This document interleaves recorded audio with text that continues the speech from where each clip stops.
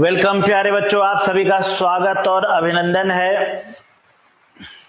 UP PCS के इस batch में मैं डॉक्टर संतोष अत्री टीम एजुकेशन इंडिया की ओर से आप सभी का स्वागत और अभिनंदन पुनः कर रहा हूं।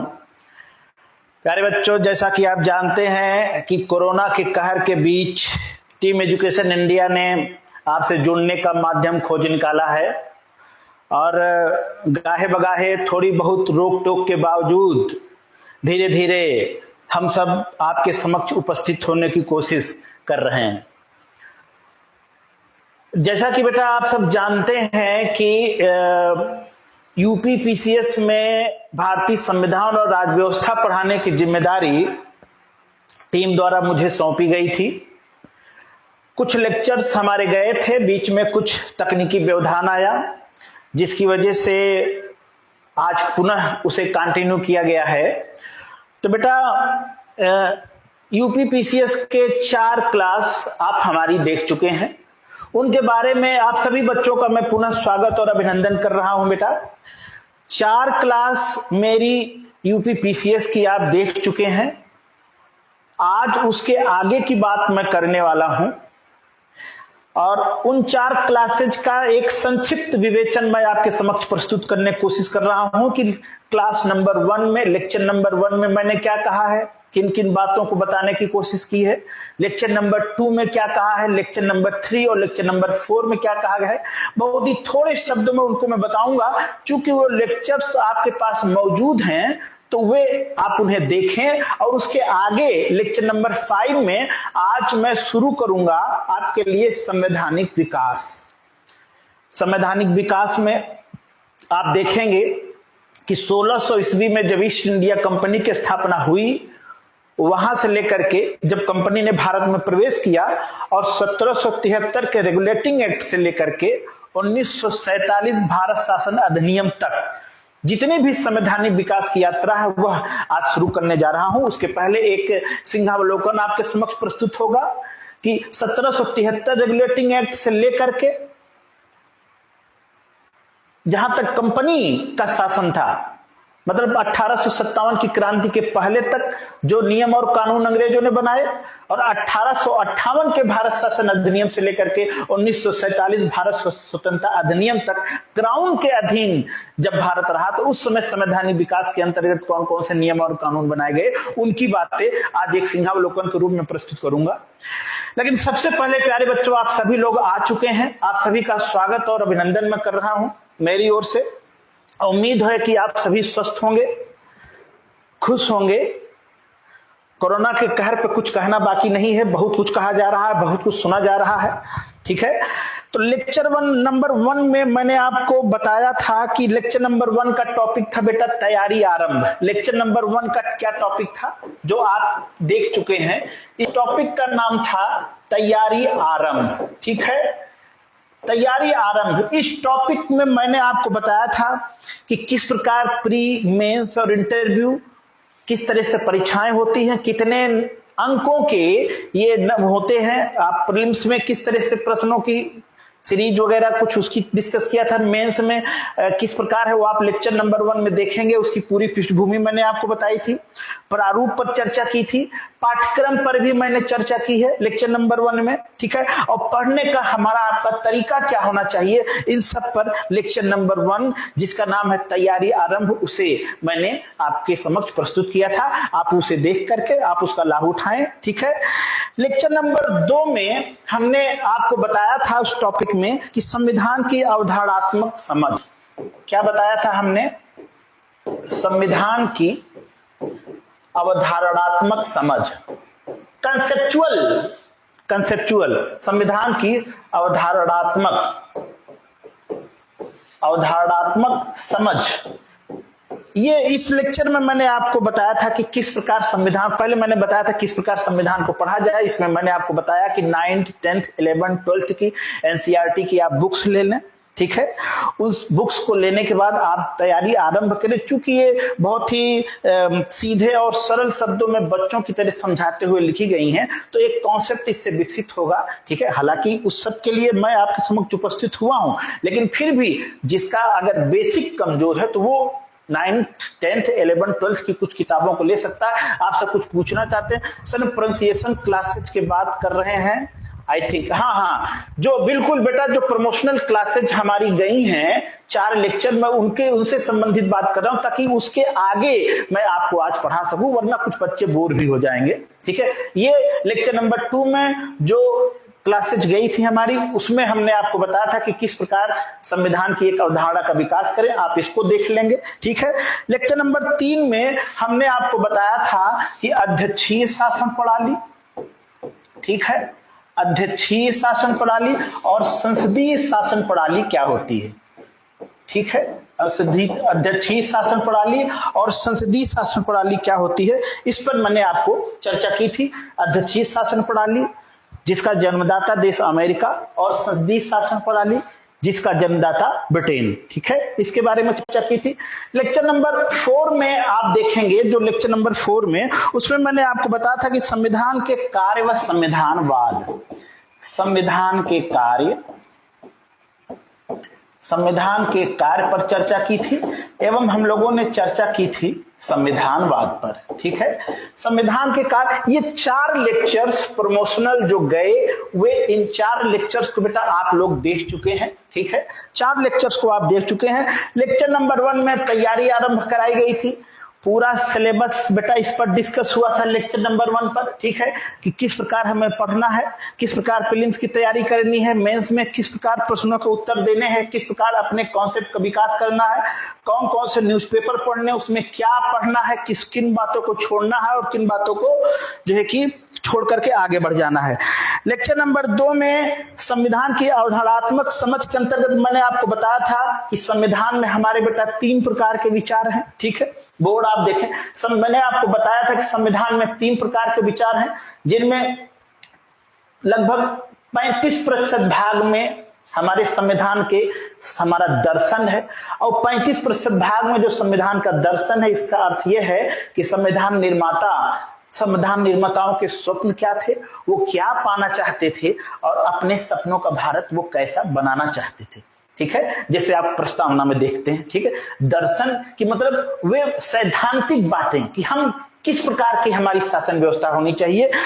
लेक्चर नंबर 2 में मैंने आपको बताया था दर्शन 35% भाग में मैंने आपको बताया था। इसके बाद जो है आप देखेंगे कि सरकार के जो अंग हैं वो 50% भाग में, संविधान के 50% भाग में सरकार के अंगों के बारे में चर्चा की गई है। सरकार के किस प्रकार सरकार का गठन होना चाहिए। ठीक है, सरकार के अंग में आप जानते हैं कि कार्यपालिका है, विधायिका है, न्यायपालिका है। ठीक है, ये सब बातें हमने आपको बताई थी। तो सरकार के गठन से संबंधित बातें जो है कि लगभग संविधान के 50% भाग में है, और संविधान के 15% भाग में बेटा मिसलेनियस है। मिसलेनियस जैसे नागरिकता हुई सॉरी, विभिन्न प्रकार के आयोग हुए। ठीक है, पंचायतें हुई, नगर पंचायतें हुई, वो मैंने आपको लेक्चर नंबर 2 में बताया था। इसी में हमने आपको बताया था कि सरकार का गठन कैसे होता है। ठीक है, सरकार के गठन से संबंधित सारी बातें आपको लेक्चर 2 में मिल जाएंगी, और लेक्चर 2 में ही आप देखेंगे कि सरकार के गठन में मैंने आपको बताया था विधायिका, कार्यपालिका और न्यायपालिका, इन सब के विषय में विस्तृत विवेचन, एक फंडामेंटल जो चीजें संविधान पढ़ने के बारे में जानकारी होनी चाहिए, वह सब लेक्चर नंबर 2 में आपको मिलेगी। और इसी लेक्चर नंबर 2 में ही मैंने आपको बताया था कि संविधान के कितने प्रकार होते हैं। लिखित संविधान क्या है, अलिखित संविधान क्या है, विकसित संविधान क्या होता है, निर्मित संविधान क्या है, कठोर लचीला, और इसी में मैंने आपको बताया था कि संविधान के कितने भाग हैं, अध्याय हैं। ठीक है, बड़े बड़े भागों को अध्यायों में बांटा गया है, और इसके बाद फिर आप अनुच्छेद देखेंगे, परंतु देखेंगे, इसके बाद अनुसूचियां मैंने लेक्चर नंबर 2 में आपको बताने की कोशिश की है। ठीक है, लेक्चर नंबर 3 में मैंने आपको अध्यक्षीय और संसदीय शासन प्रणाली के बारे में बेटा बताया है। ठीक है, अध्यक्षीय शासन प्रणाली में आप जानते हैं कि इसका जो जन्म है वह अमेरिका में हुआ। ठीक है, और संसदीय शासन प्रणाली का जन्मदाता देश हमारा ब्रिटेन है। भारत ने संसदीय शासन प्रणाली को बेटा अपनाया है, और अगर अध्यक्षीय शासन प्रणाली को देखेंगे तो इसमें ये छोटे देशों के लिए थोड़ा सा सुटेबल होती है, परंतु संसदीय शासन व्यवस्था भारत जैसे बड़े देशों के लिए ज्यादा उपयुक्त मानी जाती है, क्योंकि भारत में अनेक जो है कि वर्ग हैं, अनेक जातियां हैं, अनेक समूह हैं, और संसदीय शासन प्रणाली में सभी लोग अपने प्रतिनिधि चुनकर जो है कि संसद में भेज सकते हैं। संसदीय शासन प्रणाली में आप देखें तो वास्तविक कार्यपालिका और नाम मात्र की कार्यपालिका, ठीक है, वास्तविक कार्यपालिका और नाम मात्र की कार्यपालिका, दोनों अलग अलग होते हैं संसदीय शासन प्रणाली में। वास्तविक कार्यपालिका आप जानते हैं प्रधानमंत्री, और नाम मात्र की कार्यपालिका राष्ट्रपति महोदय होते हैं, परंतु अध्यक्षीय शासन प्रणाली में दोनों एक हैं। ये सब बातें बेटा हमने जो है कि हाँ यूपीपीसीएस बैच में आपकी एक भी क्लास नहीं आई है सर।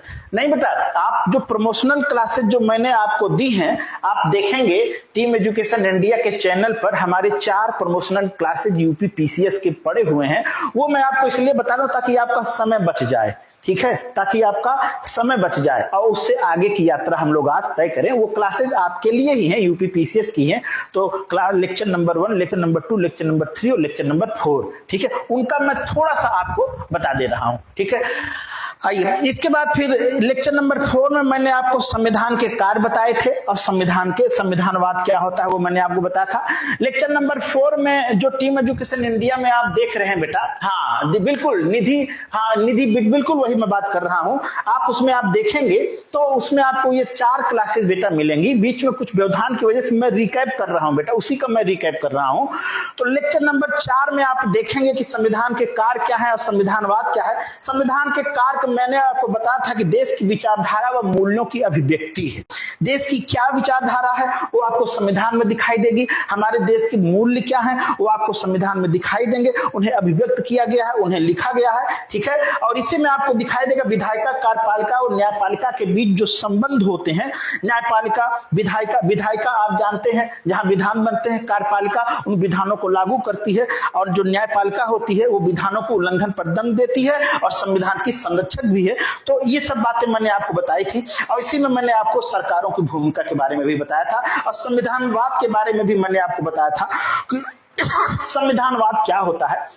संविधानवाद का मतलब ये होता है बेटा कि संविधान के प्रति हमारी आपकी आस्था कैसी है, ठीक है, हमारी आपकी आस्था कैसी है। संविधान दिखाता है, संविधानवाद आपको दिखाई देगा कि हमारा संविधान बेटा लिखित संविधान है, ठीक है, एक संविधान सभा द्वारा हमारा संविधान बनाया गया। संविधानवाद का मतलब होता है कि संविधान के आदर्शों के प्रति, मूल्यों के प्रति हम कितने डेडिकेटेड हैं। संविधान में जो नियम है, जो कानून है, जो आदर्श हैं जिन्हें हम पाना चाहते हैं, ठीक है, जो मूल्य हैं उनके प्रति हमारी आस्था कैसी है। हम आप संविधान की शपथ तो ले लेते हैं लेकिन उस शपथ के प्रति कितने डिवोटेड हैं, कितने डेडिकेटेड हैं और संविधान में जो मूल्य बताए गए हैं, जो आदर्श बताए गए हैं उनको पाने के लिए कितनी कोशिश हम और आप करते हैं, ठीक है। संविधानवाद 4 प्रकार के लेक्चर बेटा मेरे जो है कि YouTube पर पड़े हुए हैं और ये यूपीपीसीएस बैच के लिए हैं। ये 4 लेक्चर्स के आगे आज आइए हम लोग शुरू करते। अच्छा, इन लेक्चर्स में जैसे कि बहुत सारे बच्चों ने एक बात कही कि सर शुरू से पढ़ाइए, थोड़ा ध्यान दीजिए बेटा।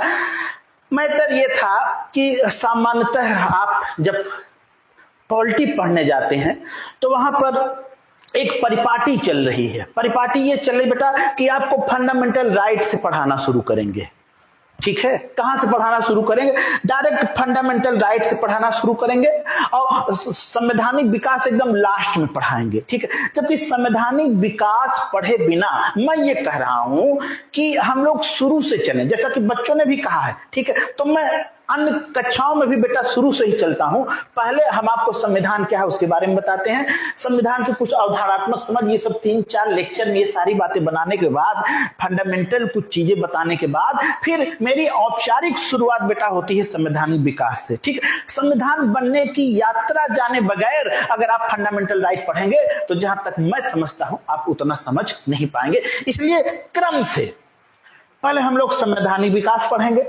संवैधानिक विकास पढ़ने के बाद किस प्रकार संविधान का निर्माण होता है, संविधान निर्माण की पृष्ठभूमि देखा जाएगा, संविधान सभा के बारे में देखा जाएगा, कितने अधिवेशन हुए ये सब देखा जाएगा, किस अधिवेशन में क्या क्या चर्चा हुई, ठीक है, महत्वपूर्ण समितियां कौन कौन सी उनके बारे में। तब जाके इसके बाद फिर कहीं नंबर, फिर इसके बाद हम लोग देखेंगे कि हमारे संविधान की विशेषताएं क्या रही। संविधान की विशेषताओं के बाद तब हम लोग देखेंगे कि हमारे संविधान में कौन कौन से विदेशी तत्व हैं। विदेशी तत्व दुनिया के अनेक 60 से अधिक संविधानों की छाया हमारे संविधान पर, उनकी चर्चा की। यहाँ सबसे प्रश्न बेटा बहुत इंपॉर्टेंट है, आईएएस से लेकर के एक क्लर्क लेवल तक की परीक्षाएं अगर आप बैठते हैं तो आपको इन प्रश्नों से 2-4 होना पड़ेगा। तो एकदम क्रम से, ठीक है, संविधान की विशेषता क्या है। तब इसके बाद फिर हम लोग आएंगे जो कि ये देखेंगे कि जो कि संविधान में कितने भाग हैं, कितनी अनुसूचियां हैं, कितने अनुच्छेद हैं, उनके और किस भाग में किस भाग का विषय क्या क्या है, ठीक है, कुछ भाग बड़े हैं जिन्हें अध्यायों में विभक्त किया गया है, ठीक है, कितने भाग हैं और उन भागों के विषय क्या है, ठीक। इसके बाद 12 अनुसूचियां हैं, तो वो सब देखा जाएगा, वो सब देखा जाएगा कि शुरू में 8 अनुसूचियां थी, इसके बाद 4 अनुसूचियां बाद में कब कब कब कब जो है कि हमारे संविधान में सम्मिलित कर दी गई, ठीक है। इसके बाद तब जाकर पन्ना खुलेगा प्रस्तावना का, और यहां से एकदम क्रम से बेटा, क्रम से चला जाएगा, ठीक है। तो आइए सॉरी बेटा, आइए उस परिपाटी को तोड़ा जाए और हम लोग क्रम से संविधान पढ़ा जाए, ठीक है। लेकिन आप लोग ये 4 लेक्चर्स देख लीजिएगा, इसके बाद फिर 4 लेक्चर्स के बाद आज लेक्चर नंबर 5 जो आपके समक्ष में प्रस्तुत कर रहा हूं, इस लेक्चर नंबर 5 की इसका जो आज उद्देश्य है, जो इसका पाठ है, जो इसका लेसन का नाम है, वह है संवैधानिक विकास। संवैधानिक विकास। आइए पहले उसको लिखते हैं और इसके बाद फिर आपको समझाने के बाद तब उसकी यात्रा को आगे बढ़ाते हैं। चलें बेटा आगे चलें। आप सभी प्यारे बच्चों का स्वागत और अभिनंदन है। आकाश आ चुके हैं, साथी आ चुके हैं, सिया है, रवीश जी हैं जो है कि रुचि है, अखिलेश जी हैं, उत्तम है। आप लोगों से बेटा जो है कि आप लोगों से मेरा जो है कि बैच में शायद सामना नहीं हुआ है। प्रमोशनल क्लासेज जो है कि गई थी, ठीक है, वो प्रमोशनल क्लासेज गई थी। आज पहली बार बैच में मेरा प्रवेश हुआ है, तो थोड़ा दिल की धड़कनें भी बढ़ी हुई हैं, ठीक है। परंतु कुछ पुराने बच्चे हैं जिनको देखकर जो है कि खुशी और संतोष भी हो रहा है। लेकिन क्या नया क्या पुराना बेटा, पॉलिटी है, टीम एजुकेशन इंडिया पुरानी है, उद्देश्य भी पुराना है, सब कुछ पुराना है। बीच में कोरोना की वजह से थोड़ा सा व्यवधान आ गया था। क्यों? क्योंकि इसमें जीवन को बचाना पहली प्राथमिकता है, पहली प्राथमिकता जीवन को बचाना। परंतु इसके बाद फिर टीम मोटिवेट हुई, अब आप बच्चों की मांग पर जो है कि फिर यह यात्रा शुरू की गई। बाकी तो सब एक सुपरनेचुरल पावर ऊपर बैठी है। हम आप फिजिकल डिस्टेंसिंग का पालन करें, बाकी जो करना है वो करने के लिए ऊपर बैठा है, कोई टेंशन नहीं। आइए बेटा, तो आज हम लोग जो है कि संवैधानिक यात्रा को शुरू किया जाता है, ठीक है। यह एक यात्रा की शुरुआत है। आप सभी लोग अपने अपने इष्ट को याद कर लें, ठीक है, अपने अपने इष्ट को याद कर लें। यह यात्रा अपने अंजाम तक पहुंचे और एटलीस्ट पॉलिटी से सॉरी बेटा, पॉलिटी में, भारतीय संविधान और राज्य व्यवस्था में जो भी प्रश्न आएंगे उनकी जिम्मेदारी मैं लेता हूं, उनकी जिम्मेदारी मैं लेता हूं। बस आपसे वादा ये चाहिए कि ये अब तो व्यवधान आने वाला नहीं है बेटा, अब तो व्यवधान आने वाला नहीं है। प्रतिदिन आपको पॉलिटी की कक्षाएं मिला करेंगी, लेकिन आपसे एक वादा मुझे यह लेना है कि आप भी हमारे साथ साथ कदम से कदम मिलाकर चलेंगे, साथ साथ कदम से कदम मिलाकर चलेंगे, ठीक है। आप अपनी एक तरह से ओवरहॉलिंग करें, ठीक है। जितना लेक्चर दिया जा रहा है उसको प्रतिदिन देखें, उसको समझें और जो चीजें न समझ में आए उसे पूछें, ठीक है। कोरोना की वजह से परीक्षाएं टली हैं, ठीक है। इसे सौभाग्य कहें कि दुर्भाग्य कहें, कुछ कह नहीं सकते। लेकिन आइए आज बेटा अपने अपने इष्ट को याद करते हुए यह सफर शुरू किया जा रहा है। और संवैधानिक विकास, इसके पहले मैंने जिन 4 लेक्चर्स में जो भी आपको बताया वह सब पॉलिटी का एक फंडामेंटल था, ठीक है। कुछ मूलभूत अवधारणाएं थी जिन्हें जानना और समझना जरूरी था। तो आइए आज हम लोग देखते हैं संवैधानिक विकास।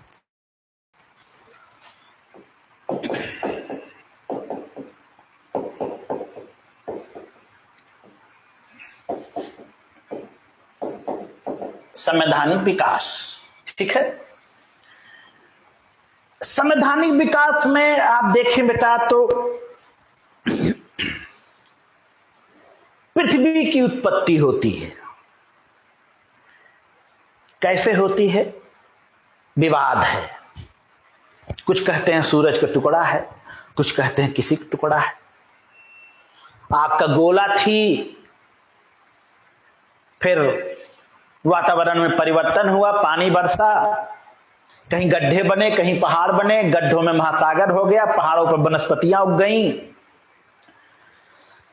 जल में जीवन की उत्पत्ति हुई, जलीय जीवन उत्पत्ति हुई। सॉरी, मैं मैथोलॉजिकल बात नहीं कर रहा बेटा, मैथोलॉजिकल बात नहीं कर रहा, धार्मिक बातें नहीं कर रहा।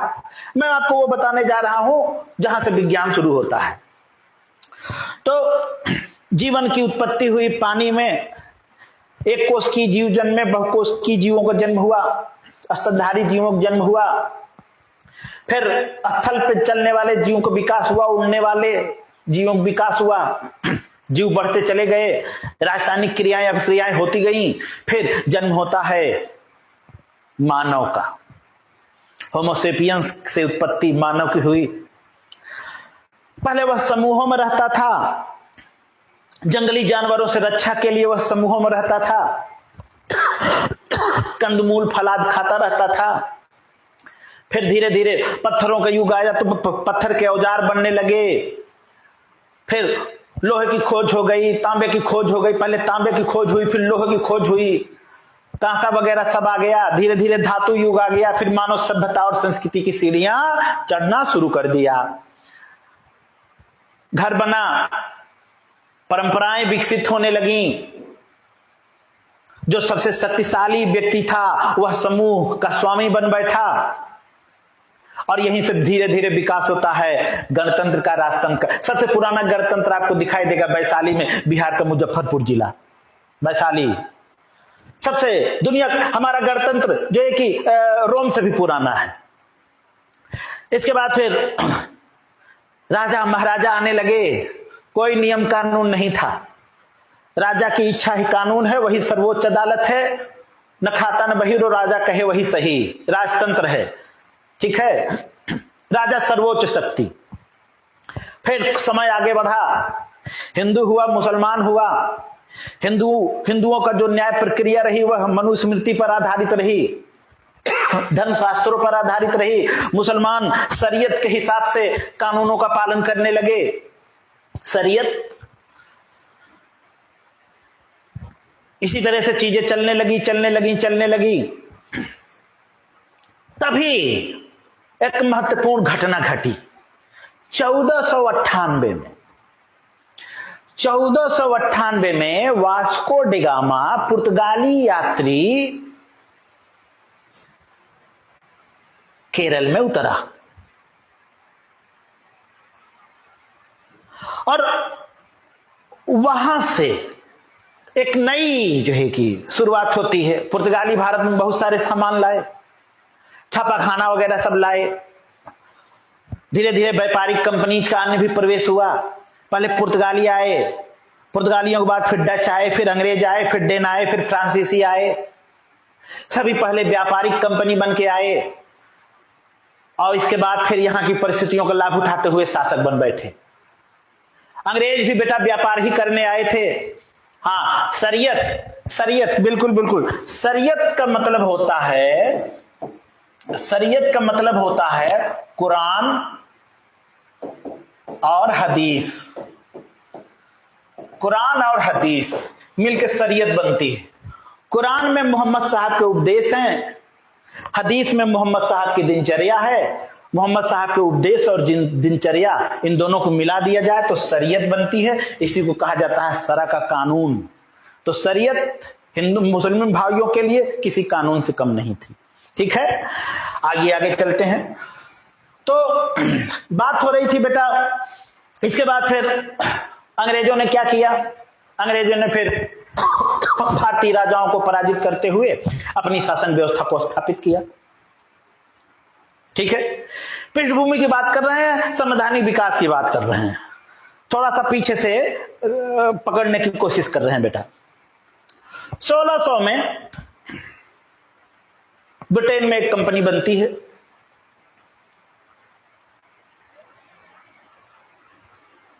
उस कंपनी को एलिजाबेथ प्रथम द्वारा पूर्वी देशों के साथ व्यापार की अनुमति दी जाती है। आते हैं, इसके बाद फिर 1608 में विलियम हॉकिंस आते हैं, थॉमस रो आते हैं, तमाम लोग आते हैं, व्यापारिक सुविधाएं प्राप्त करने लगते हैं। जब कंपनी ने भारत में प्रवेश किया तो उस समय अकबर का शासनकाल था। जब कंपनी बनी तो अकबर का शासनकाल था, लेकिन जब हॉकिंस आया तो उस समय जहांगीर बादशाह थे। इसके बाद कालक्रमेण चीजें चलती रही। कंपनी ने देखा कि जो भारतीय राजे महाराजे थोड़ा सा कमजोर हैं, तब कंपनी ने फिर छल और छद्म का सहारा लिया। बांटो और राज करो, एक स्पेनिश कहावत थी, लेकिन उसका इस्तेमाल अंग्रेजों ने भारत में किया, डिवाइड एंड रूल। केरल में उन्होंने अपनी व्यापारिक गतिविधियां शुरू की, लेकिन राजनीतिक छाप उन्होंने छोड़ी बंगाल में पहले, और वहीं बंगाल में ही रेगुलेटिंग एक्ट लागू होता है। लेकिन उसके पहले आप देखें तो 1757 में वो प्लासी का युद्ध जीत चुके थे, 1764 में वो बक्सर भी जीत चुके थे, और 1765 में बंगाल में लग जाता है द्वैत शासन। शेखर भैया ने आपको ये सब बताया होगा।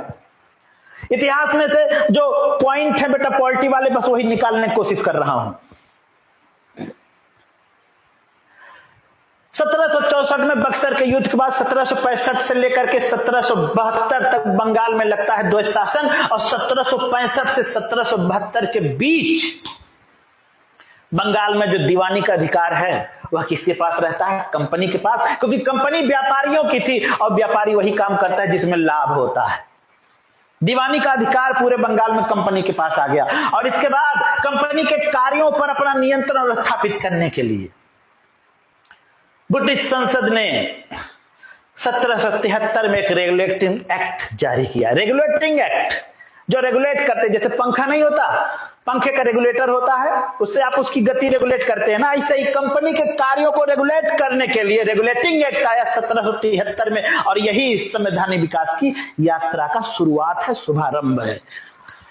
तो संवैधानिक विकास की जो यात्रा शुरू होगी बेटा वो रेगुलेटिंग एक्ट से शुरू होगी और आपको खत्म होगी 1947 पे। इसको दो रूपों में, दो भागों में विभाजित किया गया है, ठीक है। संवैधानिक विकास आप देखेंगे, पहला तो 1773 से लेकर के 1858 तक, 1773 से लेकर बेटा 1858 तक, ठीक है।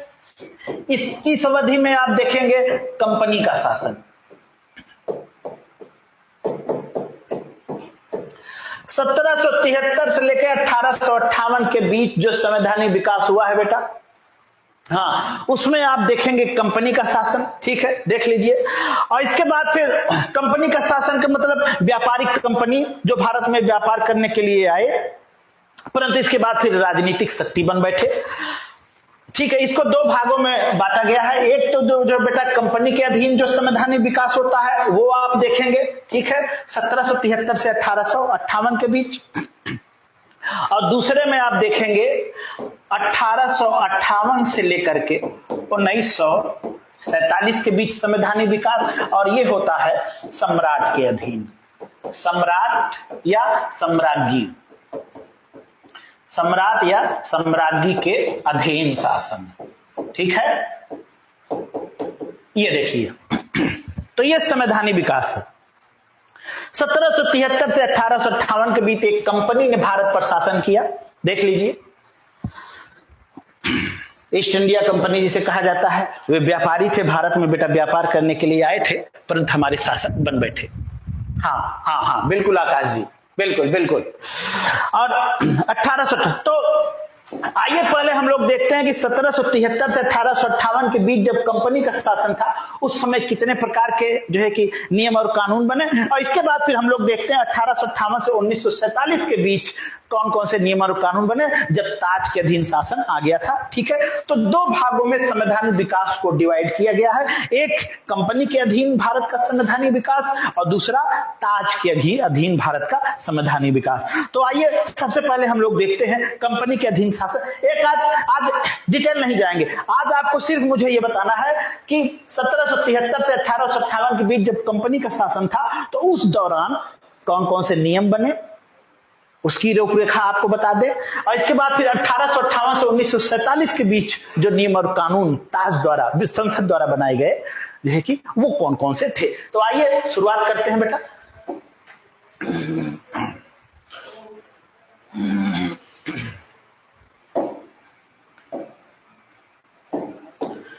तो आज हम लोग देखेंगे कि 1773 से 1858 के बीच जो कंपनी का शासन था उस दौरान कितने, तो उस दौरान बेटा कुल कितने कानून बने? 8। कितने कानून बने? 8 कानून कंपनी द्वारा बनाए गए, मतलब अधिनियम बनाए गए। वो कौन कौन से थे आइए हम लोग देखते हैं। तो इसमें आप पहला कौन सा देखेंगे? इसमें पहले आप देखेंगे रेगुलेटिंग एक्ट, ये इसको इस तरह से लिखें। 1773 का रेगुलेटिंग एक्ट आप देखेंगे, ठीक है। 1773 का रेगुलेटिंग अधिनियम आप देखेंगे। 1773 के रेगुलेटिंग एक्ट में आप क्या देखेंगे? 1773 के रेगुलेटिंग एक्ट में आप देखें, अभी केवल बेटा आपको मैं एक हिसाब से ट्रेलर बता रहा हूं, ठीक है, डिटेल में हम लोग कल से शुरू करेंगे। 1773 के रेगुलेटिंग एक्ट में आप देखेंगे कि किस प्रकार बंगाल के गवर्नर की शक्ति को बढ़ाते हुए मद्रास और बंबई के गवर्नर को बंगाल के गवर्नर के अधीन कर दिया गया। कलकत्ता में एक सुप्रीम कोर्ट की स्थापना का मार्ग प्रशस्त होता है, एलिजा एम्पेक उसका बनाया जाता है न्यायाधीश, मुख्य न्यायाधीश। तो 1773 का रेगुलेटिंग एक्ट ब्रिटिश संसद ने पारित किया था कंपनी को पर अपना नियंत्रण स्थापित करने के लिए। संसद सर्वोच्च है ना बेटा ब्रिटेन में, आप जानते ही हैं। 1773 के रेगुलेटिंग एक्ट देखेंगे। इसके बाद दूसरा आप देखेंगे, इसके बाद आप देखेंगे 1781। इसके बाद आप देखेंगे 1781 का संशोधन अधिनियम, अमेंडमेंट एक्ट जिसको बोलते हैं, ठीक है, संशोधन अधिनियम देखेंगे, ठीक है, संशोधन अधिनियम देखेंगे। तो 1781 के संशोधन अधिनियम में रेगुलेटिंग एक्ट की कमियों को दूर करने की कोशिश की गई और इसी में बेटा जो है कि जैसे कि गवर्नर जनरल की परिषद को जो है कि गवर्नर जनरल की परिषद को थोड़ा सा विस्तारित करने की बात की गई, गवर्नर जनरल की परिषद के कामों को अपने हिसाब से रिएक्ट करने की बात की गई। इसी में जो है कि गवर्नर जनरल कुछ लोगों को न्यायिक परिक्षेत्र से बाहर कर दिया गया, जैसे गवर्नर जनरल है, गवर्नर जनरल की परिषद है, और कुछ लोक सेवकों को न्यायालय के परिक्षेत्र से बाहर कर दिया गया कि मतलब उनके कार्यों का मूल्यांकन न्यायालय करके उन्हें जो है कि दंड नहीं दे सकता। जैसे आज भी आप देखिए राष्ट्रपति महोदय, राज्यपाल महोदय पद पर रहते हुए न्यायालय के क्षेत्र से बाहर हैं ना।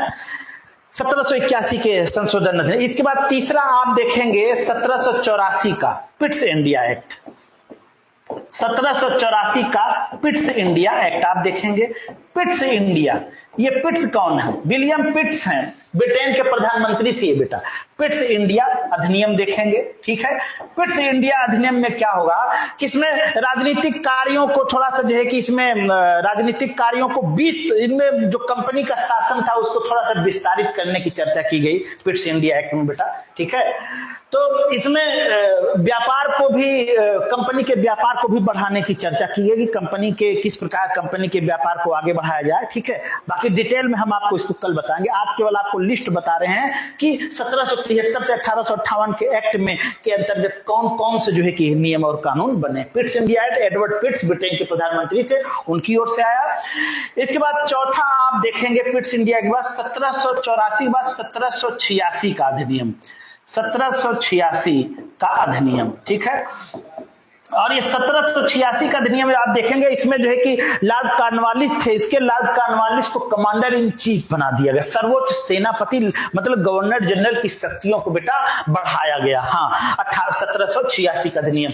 इसके बाद पांचवा इसमें आप देखेंगे 1793 का चार्टर एक्ट, 1793 का चार्टर अधिनियम आप देखेंगे। और 1793 का जो चार्टर अधिनियम है इसमें आप देखेंगे कि कंपनी के एकाधिकार को समाप्त कर दिया गया, अन्य ब्रिटेन की कंपनीज को भी भारत में व्यापारिक गतिविधियों को चलाने की छूट मिली और इसी अधिनियम द्वारा भारत में शिक्षा के लिए 1 लाख रुपए की व्यवस्था की गई। उस समय 1 लाख बहुत बड़ी बात थी, बहुत बड़ी बात थी, ठीक है। तो ये 1793 के चार्टर रखते हैं। 1793 के चार्टर में 20 वर्ष नहीं बेटा, सॉरी रुक जाइए।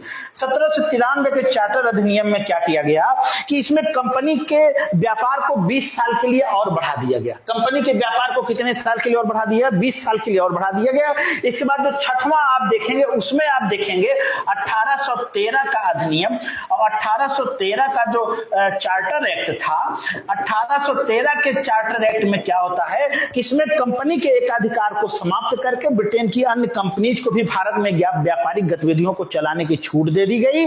और इसके बाद फिर इसी में 1813 के चार्टर एक्ट द्वारा भारत में शिक्षा के लिए 1 लाख रुपए की व्यवस्था की गई, ठीक है। यहां तक क्लियर है? देख लीजिए, यहां तक जो है कि 6 तक चर्चा कर चुके हैं, अभी 2 और बाकी है, ठीक है। तो 1773 के रेगुलेटिंग एक्ट में क्या आप देखेंगे आगे कि किस प्रकार जो है कि बंगाल के गवर्नर को जो है कि बंबई और मद्रास को भी बंगाल के गवर्नर के अधीन किया गया, किस प्रकार सर्वोच्च न्यायालय की चर्चा की गई। 1781 के संशोधित अधिनियम में आप देखेंगे कि किस प्रकार जो है कि रेगुलेटरी नेट की कमियों को दूर किया गया। 1784 के पिट्स इंडिया अधिनियम में आप देखेंगे कि जो है कि विलियम पिट जो है कि राजनीतिक कार्यों, राजनीतिक और व्यापारिक कार्यों दोनों को जो है कि अलग करने की कोशिश की गई। और 1786 के अधिनियम में आप देखेंगे कि किस प्रकार जो है कि कॉर्नवालिस को कमांडर इन चीफ बना दिया गया। और 1793 के चार्टर अधिनियम में आप देखेंगे कि कंपनी के कार्यों को 20 वर्ष के लिए एक्सटेंशन दे दिया गया। और 1813 में आप देखेंगे कि किस प्रकार जो है कि एकाधिकार समाप्त किया गया कंपनी का, और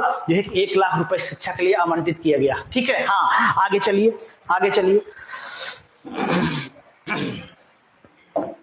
6, इसके बाद आप 7वां देखिए।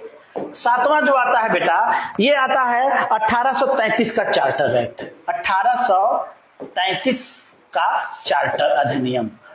और ये जो 1833 का चार्टर एक्ट आता है, ये भी बहुत महत्वपूर्ण है, क्योंकि 1833 के चार्टर एक्ट द्वारा जो बंगाल का गवर्नर जनरल है, बंगाल के गवर्नर जनरल को भारत का गवर्नर जनरल बना दिया गया। लॉर्ड विलियम बेंटिंग उस समय थे, क्योंकि 1833 तक भारत के एक बड़े भूभाग पर बेटा, भारत के बड़े भूभाग पर अंग्रेजों का अधिकार हो गया। इसी समय जो है कि पहले विधि आयोग की भी स्थापना हुई, लॉर्ड मैकाले की जो है कि अनुशंसा थी। ठीक है, 1833 के चार्टर एक्ट बहुत महत्वपूर्ण है कि भारत का गवर्नर जनरल, अब बंगाल के गवर्नर जनरल को भारत का गवर्नर जनरल बना दिया गया। ठीक है, और एक विधि आयोग 1833 के चार्टर एक्ट द्वारा बना। और भी बहुत महत्वपूर्ण बातें इसमें हुई। ठीक है, और 8वां आप देखेंगे कंपनी के अधीन जो संवैधानिक विकास हुआ, यह है बेटा 1853 का चार्टर एक्ट। और ये जो 1853 का चार्टर एक्ट है, इसमें आप देखेंगे कि सिविल सर्विसेज के लिए खुली प्रतियोगिता के आयोजन की बात की गई। सिविल सर्विसेज के लिए खुली प्रतियोगिता, और परिषद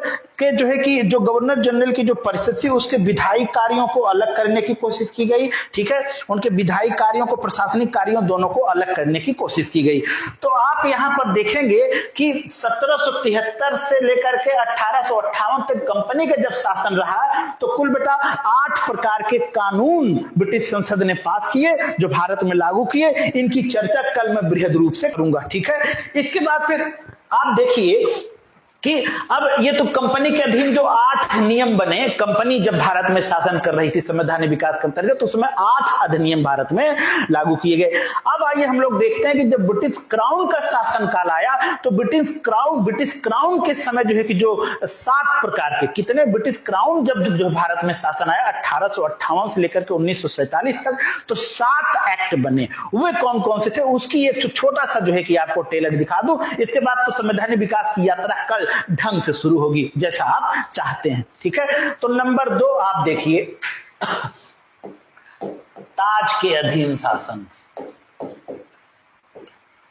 ताज के अधीन शासन, और ताज के अधीन शासन जो है, ये आप देखेंगे 1858 से लेकर के 1947। ठीक है, ये ताज के अधीन। तो इसमें कौन कौन से नियम और कानून बने, जरा आप देखिए। इसमें बेटा जो पहला बनता है वह है 1858 भारत सरकार अधिनियम। ठीक है, 1858 भारत सरकार अधिनियम। इसमें क्या क्या किया गया, 1858 गवर्नमेंट ऑफ इंडिया एक्ट, इसमें क्या किया गया कि भारत में कंपनी के शासन को समाप्त करके कंपनी को ब्रिटिश प्रजा माना गया। ठीक है, और इसके बाद फिर भारत के गवर्नर को वायसराय भी कहा जाने लगा। अंग्रेजों ने इसी में ये बताने की कोशिश की कि अब हम जो है कि भारत में अपना विस्तार नहीं करेंगे। 11 राज्य थे 1858 में अंग्रेजों के पास, और जब अंग्रेज भारत छोड़ के गए तो 11 ही रहे। ठीक है, अंग्रेजों ने इसी में यह भी क्लियर कर दिया कि हम भारत के किसी भी जो है कि सामाजिक और धार्मिक मामले में हस्तक्षेप नहीं करेंगे, क्योंकि उनको लगा कि 1858 की जो क्रांति हुई वो हमारे सामाजिक सुधारों की एक जो है कि प्रतिक्रिया थी। ठीक है, जिससे भारतीय द्रवित थे, और जो है कि अब हम आपके समाज और धर्म में कोई जो है हस्तक्षेप नहीं करेंगे। तो 1858 का भारत सरकार अधिनियम आप पहला देखेंगे जो ताज के अधीन आया। और दूसरा आप देखेंगे बेटा 1861 भारत परिषद अधिनियम। 1861 भारत परिषद अधिनियम। ठीक है, 1861 के भारत परिषद अधिनियम में आप देखेंगे कि इसमें यह निर्णय लिया गया कि गवर्नर जनरल की परिषद में भारतीयों को शामिल करने का विचार व्यक्त किया गया, ये भारतीयों को संतुष्ट किया जाए। आप देख रहे हैं कि 1857 का विद्रोह हुआ तो 1861 तक आते आते अंग्रेजों को लगा कि भारतीयों को प्रशासन में महत्वपूर्ण भूमिका दी जाए, प्रशासन में उनको शामिल किया जाए। हालांकि अंग्रेज उन्हीं भारतीयों को शामिल करते थे जो अंग्रेजों को टट्टू होते थे, जो अंग्रेजों की तरह बोलते थे, उन्हीं की तरह समझते थे। ठीक है, तो 1861 में भारत परिषद अधिनियम के अंतर्गत इसमें इन्होंने निर्णय लिया कि परिषद में भारतीयों को शामिल करें। ठीक है, इसके बाद इसी में बेटा विकेंद्रीकरण की शुरुआत होती है। ठीक है, विकेंद्रीकरण की शुरुआत, विकेंद्रीकरण मतलब शक्तियों का बट जाना। 1773 के रेगुलेटिंग एक्ट में आप देखें तो बंगाल के अधीन मद्रास और बंबई को लाया गया। ये शुरुआत थी केंद्रीकरण की, सारी शक्तियां एक केंद्र में इकट्ठा हो जाए। परंतु 1861 के भारत परिषद अधिनियम द्वारा विकेंद्रीकरण की शुरुआत की गई, शक्तियों को बांटा गया, शक्तियों को बांटा गया। और इसी में बेटा जो है कि आप देखिए तो बंगाल के अधीन जो बंबई और मद्रास थे, तो बंबई मद्रास को कुछ शक्तियां दी गई, इसी को विकेंद्रीकरण की शुरुआत कहा जाता है। तीसरा जो प्रमुख एक्ट आया ताज के अधीन, वह था बेटा 1892 का भारत परिषद अधिनियम। 1892 का भारत परिषद अधिनियम। और 1892 के भारत परिषद अधिनियम में आप क्या देखेंगे, किसी में आप देखेंगे केंद्रीय और प्रांतीय विधानसभाओं में गैर सरकारी सदस्यों की संख्या बढ़ाई गई। ठीक है, जो केंद्रीय विधानसभा थी, जो प्रांतीय विधानसभा थी अंग्रेजों द्वारा गठित, उसमें जो है कि गैर सरकारी सदस्यों की संख्या बढ़ाई गई। ठीक है, और इसमें बजट पर बहस करने का अधिकार मिला, बजट पर बहस करने का अधिकार मिला। परंतु उस बहस का क्या अर्थ निकलेगा ये आप और हम भली भांति जानते हैं। बहस कर सकते हैं परंतु बजट में संशोधन करने का अधिकार तो गवर्नर जनरल के ही पास था। ठीक है, और चौथा जो प्रमुख ताज के अधीन आया बेटा वह है 1909 ईस्वी का, इसे कहा जाता है भारत परिषद अधिनियम। 1909 का इसे कहते हैं बेटा भारत परिषद अधिनियम। और जो 1909 का भारत परिषद अधिनियम है, ठीक है, परिषद में भारतीयों को जो है कि इसमें सम्मिलित करने के लिए यह भी है। 1909 के भारत परिषद अधिनियम द्वारा भारत में सांप्रदायिक जहर को घोलने की कोशिश की गई। इसी अधिनियम द्वारा मुसलमानों को पृथक निर्वाचन मंडल दे दिया गया। 1909 के भारत परिषद अधिनियम द्वारा ही बेटा। इसको मार्ले मिंटो सुधार भी कहा जाता है, क्योंकि जॉन मार्ले भारत के सचिव थे और लॉर्ड मिंटो भारत के वायसराय थे। ठीक है, आइए, हाँ आइए। 1909 का भारत परिषद अधिनियम के बाद आप देखेंगे 1919 भारत शासन अधिनियम, पांचवा 1919, यह आप देखेंगे भारत शासन अधिनियम। 1919 का भारत शासन अधिनियम, इसे बेटा मॉन्टेग्यू चेम्सफोर्ड सुधार भी कहा जाता है। मॉन्टेग्यू भारत सचिव थे और चेम्सफोर्ड जो है कि भारत के वायसराय हैं। ठीक है, इसमें राज्यसभा और लोकसभा द्विसदनात्मक जो है कि विधायिका द्विसदनात्मक बना दी गई। 1919 में भारत शासन अधिनियम द्वारा राज्यसभा और लोकसभा का गठन किया गया। ठीक है, और प्रांतीय विषयों को दो भागों में बांटा गया, एक हस्तांतरित विषय और दूसरे हस्तांतरित विषय थे और आरक्षित विषय थे। ठीक है, हस्तांतरित विषयों में गवर्नर जनरल कानून बनाते थे और जो आरक्षित विषय थे उसमें गवर्नर जनरल अपनी परिषद के सहयोग से बेटा कानून बनाते थे। ठीक है, तो भारत परिषद अधिनियम 1919, इसको कहा गया मॉन्टेग्यू चेम्सफोर्ड सुधार। इसके बाद जो आप छठा देखेंगे, इसी बीच जो है कि आप देखेंगे छठा आएगा बेटा, यह 1935 का भारत शासन अधिनियम आएगा। 1935 भारत शासन अधिनियम। ठीक है, 1935 भारत शासन अधिनियम और 1919 के भारत शासन अधिनियम के बीच इसी में आप देखेंगे कि 1927 में साइमन कमीशन बनता है। साइमन कमीशन, जॉन साइमन की अध्यक्षता में एक कमीशन बना जिसमें सभी श्वेत सदस्य थे, इसलिए भारतीयों ने उसका विरोध किया। इसी विरोध में लाला लाजपत राय कुछ ज्यादा ही आगे बढ़ गए थे और आप जानते हैं कि लाठीचार्ज में घायल हुए किस तरह से। और इसी 1927 में जब साइमन कमीशन बना तो 1928 में नेहरू रिपोर्ट आई थी। किसी भी भारतीय द्वारा संविधान बनाने का यह पहला कार्य था, नेहरू रिपोर्ट। ठीक है, और इसके बाद 1930 में साइमन कमीशन ने अपनी रिपोर्ट दिया। 1930 में जब बेटा साइमन कमीशन ने अपनी रिपोर्ट दिया तो इसी साइमन कमीशन की रिपोर्ट पर विचार करने के लिए जो है कि लंदन में 3 गोलमेज सम्मेलन आयोजित किए गए। 3 गोलमेज सम्मेलन लंदन में आयोजित किए गए। ठीक है, जिसमें कांग्रेस ने केवल द्वितीय गोलमेज सम्मेलन में भाग लिया था ठीक है। पहले वाले सम्मेलन का जब आयोजन किया गया तो उस समय सविनय आंदोलन चलाने में कांग्रेस व्यस्त थी, इसलिए कांग्रेस गई नहीं। दूसरे में गांधी जी गए और तीसरे में फिर नहीं गए, ठीक है। इसी बीच आप पूना पैक्ट वगैरह सब देखते हैं, बड़ा वातावरण भारत का बदल रहा था बड़ी तेजी से। और इसी तीनों गोलमेज सम्मेलनों का परिणाम यह निकला कि 1935 का भारत शासन अधिनियम पारित हुआ। और 1935 का भारत शासन अधिनियम बेटा बहुत महत्वपूर्ण है। इसमें 321 धाराएं थी, इसमें 321 धारा थी, ठीक है। और इसमें 10 अनुसूची थी और 10 अनुसूचियां थी 1935 के भारत शासन अधिनियम में। इसी में संघ सूची, राज्य सूची और समवर्ती सूची, ठीक है, एक 3 सूचियां बनाई गई। आप जानते हैं संघ सूची में संघ सरकार कानून बना सकती है, राज्य सूची में राज्य सरकार कानून बनाती है विधानमंडल, और समवर्ती सूची में दोनों कानून बना सकते हैं, ठीक है। और 1935 के भारत शासन अधिनियम में अंग्रेजों ने यह स्वीकार किया कि हमें ब्रिटिश शासित 11 राज्य जो भारत में है उनमें चुनाव करना चाहिए। और इसके बाद फिर 1937 में चुनाव होता है, सरकारें बनती हैं। परंतु जैसे ही 1939 का प्रथम विश्व युद्ध शुरू होता है तो चूंकि बगैर कांग्रेसी सरकारों से, राज्य सरकारों से राय लिए जो है कि अंग्रेजों ने भारत को युद्धरत देश घोषित कर दिया था, इसलिए कांग्रेस शासित जितनी भी सरकारें थी वे सब उन सबों ने इस्तीफा दे दिया। और 1935 का भारत शासन अधिनियम एक अधिनियम के हिसाब से भारत में अंग्रेजों द्वारा प्रस्तुत किया अंतिम अधिनियम था। और इसके बाद 7वां चीज जो इसमें आप देखेंगे वह है भारत स्वतंत्रता अधिनियम।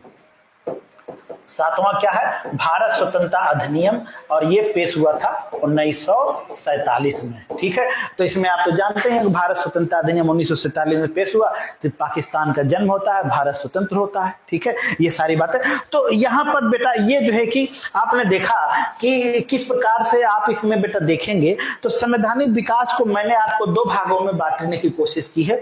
पहला तो 1773 से 1858 के बीच जो संवैधानिक विकास होता है, जिसमें कुछ 8 नियम आप पढ़ेंगे।